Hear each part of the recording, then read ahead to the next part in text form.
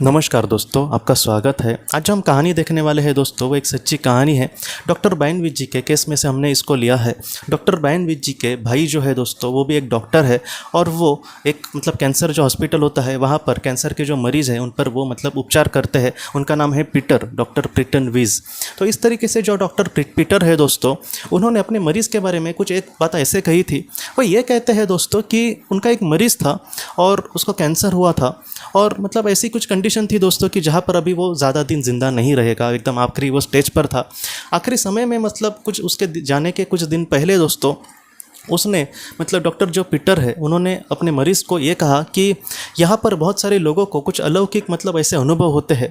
तो वैसा अगर तुम्हें कोई अनुभव हुआ तो तुम ज़रूर कहना, क्योंकि बहुत से लोग ये कहते हैं कि डॉक्टर को हमें ऐसी बातें कहे तो वो हमें मूर्ख ठहरा देंगे या फिर तुम्हारा ये भ्रम है, हेलुसिनेशन है वगैरह, ऐसा कुछ बातें कहेंगे। इसलिए कुछ लोग नहीं कहते। अगर तुम्हें ऐसा अनुभव आया तो तुम ज़रूर मुझसे कहना, मैं उस पर यकीन करूँगा, क्योंकि तुम्हारी ये बात नहीं है, बहुत सारे लोगों को ऐसे होता है।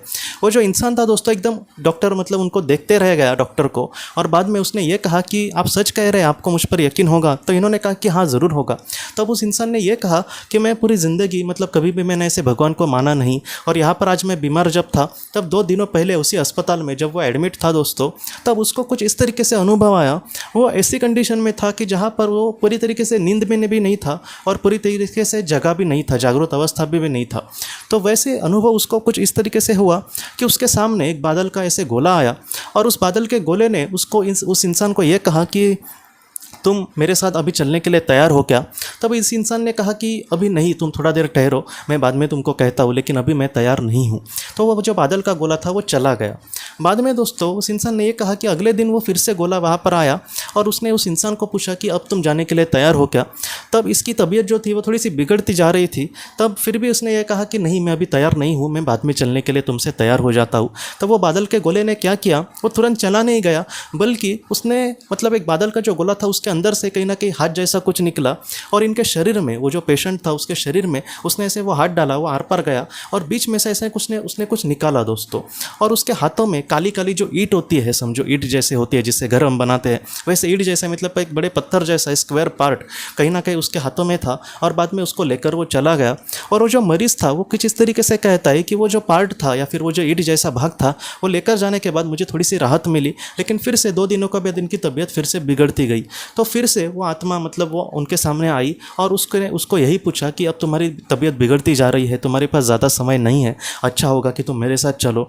तब उसने कहा कि मैं आखिरी बार बस तुमको कहता हूँ कि इस बार मुझे नहीं जाना, जब आगे का समय आएगा मैं ज़रूर तुम्हारे साथ जाऊँगा। तब उसने पैर से वो बात मानी दोस्तों, और फिर से उसके शरीर से वैसा ही कुछ निकाला और बाद में वो चला गया। और उसके बाद उनको थोड़ा सा राहत मिला और इस तरीके से उन्होंने अपने अनुभव जो थे डॉक्टर को कहे और डॉक्टर ने भी इन सारी चीज़ों को माना दोस्तों। तो ऐसी भी बहुत सारी चीज़ें होती है।